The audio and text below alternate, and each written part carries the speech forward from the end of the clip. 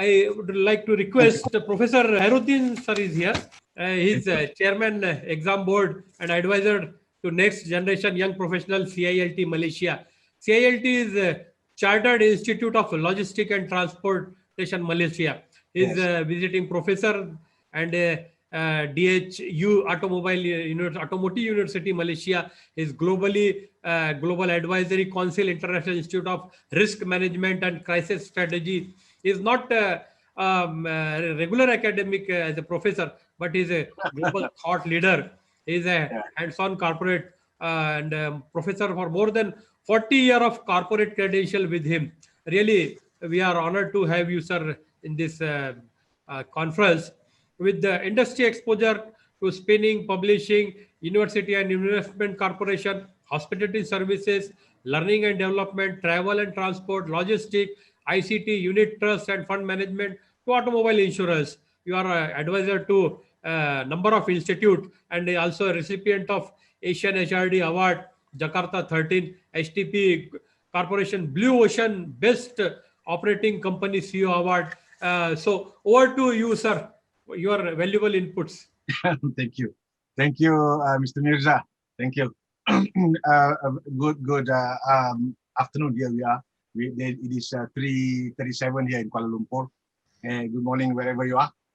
Thank you. First, before I forget, I'd like to thank Policy Times, Akram, for inviting me. And also not to forget the partners, especially the Vice Chancellor of Shiv Nadar University, Professor Rupa Manjari Ghosh. I hope I pronounced your name right. And I've been following the discussions from yesterday, from the first day. And it was very interesting that I picked up, okay, the sharing, and a lot of things were mentioned. And there's one thing that struck me was when she said that we are coexisting, okay?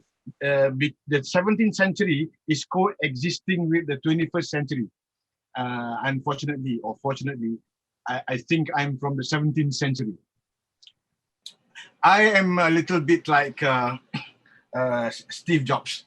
Whenever he's invited to speak, he says, I only have 3 stories to tell. But this afternoon, what I'll do is, I will answer the 3 questions for the theme of our discussions this afternoon. The first one is, where does the future hold for skilling and entrepreneur sector? So again, I give a one-liner. This is the way forward for national development globally. Okay. The next one, how to encourage university students to choose social entrepreneurship as a career.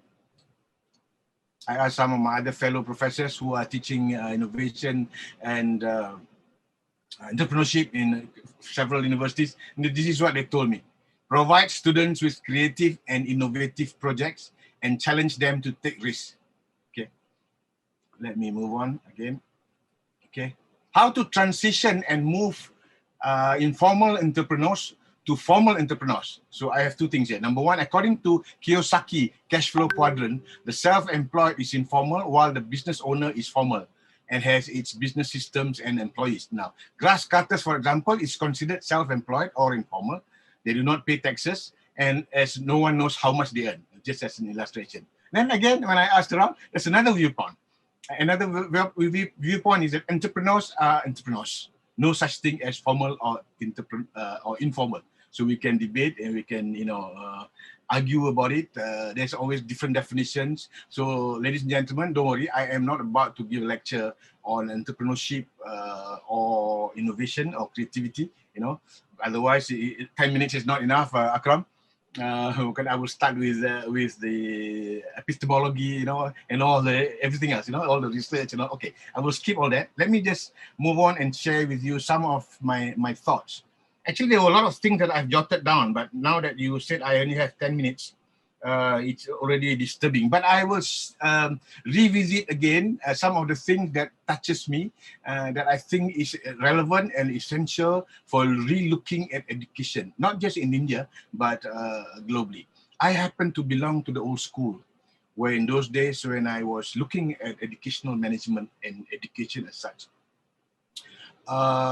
if some of you remember, the convergence divergence thesis of Wilkinson, he was discussing, was arguing this debate. I think the debate is still on today, especially when you measure the performance of vice chancellors. Very interesting.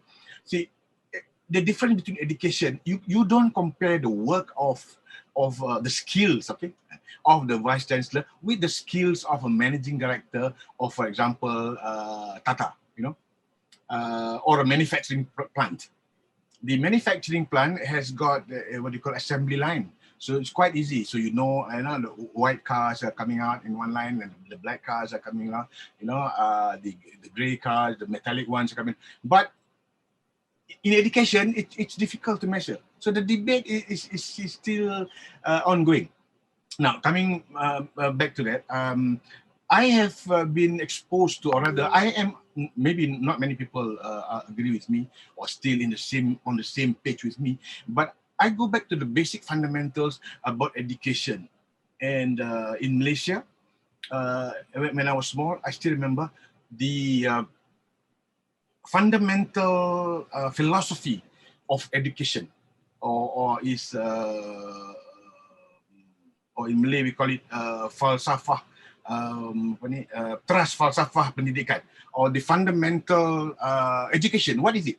When you are teaching students right from kindergarten up to the university, they should know the holistic approach. Okay, I think it's in many education systems elsewhere in the world, it's based on that. It's quite generic. It's quite universal. Number one, the relationship between a human and God, whatever your belief is, whether you're a Christian, or Muslim, or Hindu, Buddhist, or agnostic. Okay, maybe agnostic's not that.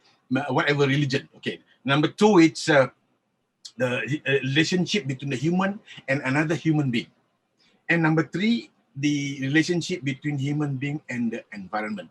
So if a student has been exposed to this and all these things that we're talking about in education, okay, that has been embedded, what you call subtly or explicitly, when they come out from the university, then you don't have to worry anymore about them being good or bad, being ethical. They would know what is right, what is wrong, when to line up, when to think of other people. This is in my mind, and I still believe so. Okay, and this is what I believe is missing or is not being paid attention to, or we deliberately ignore all those things. You see, the softer part of this whole thinking when you prepare your policies. Okay, let me move on to the next slide.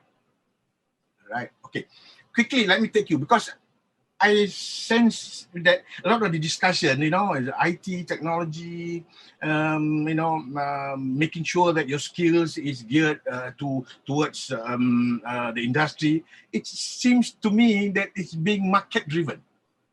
Some of you may agree with me, some may not. But I just want to share with you the thinking of two well-known economists. One is Keynesian. I am a Keynesian, by the way. Okay, look at what Keynes said. Okay, enemy of laissez-faire and advocate of public management. Clever government officials of goodwill could design economic institutions that would be superior to the market, or could at least tweak the market with taxes, subsidies, and regulations to produce superior outcomes. Now, technocracy, skilled experts designing and fine-tuning institutions out of goodness of their hearts to make possible general prosperity. Okay, in bracket, Bretton Woods, where the World Bank and IMF were created. They were created by the thinking of very clever, smart civil servants. Okay, now let's look at Friedman. He passed away, I think. I can't remember, 2005, 7 or 2008. Yeah, but he died. Now, if you look at America today, they are very much driven by Friedman, Milton Friedman, by his economic thinking. Private markets' interests were aligned with public good. Government failures were greater and more terrible than market failures. Okay. Now, when market equilibrium was not a utilitarian social welfare optimum, even when the government could use to improve matters from a utilitarian point of view, there was still an additional value in letting human freedom have widest burst. You see, the whole thing is what you call focused on freedom, human freedom. The freedom and the independence, and that's what the whole of of America is. The whole American thinking is, and it's all guided by what you call laissez-faire or free enterprise. So the thinking is, you are free. If you are smart, if you're clever, you can be successful. Prof, if you can conclude in 2 minutes, Prof. Oh, okay. That's short. Okay. All right. Okay. Where kings and freemen was more, right? Okay. In the orientation, okay, let me move. I wanted to, okay. I just also, since a lot of things was mentioned in the last 1 or 2 days, what do you call, about India producing a lot of doctors and a lot of mathematicians, engineers, which is true. But I like this, what do you call, quote by this professor from the US. We live in a world where far too many people apparently believe that all deviation is standard. Calculus is only what the dentist scrapes off one's teeth, and logarithms and really just birth control methods. All right. All right. Now, okay. I won't go through this, right? Okay.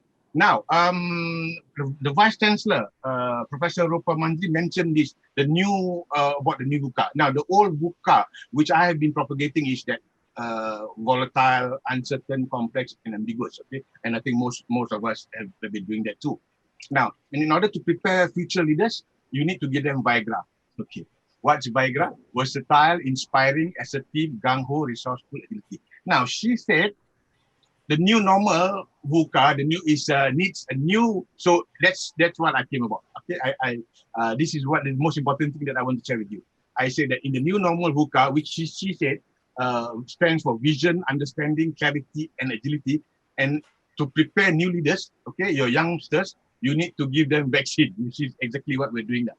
So vaccine would stand for versatile, assertive, competent, collaborative, inspiring, networking, and empowering. Finally, education should be, okay, this is my strong belief, a seamless convergence between academia and industry without unduly compromising scholarship and academic rigor.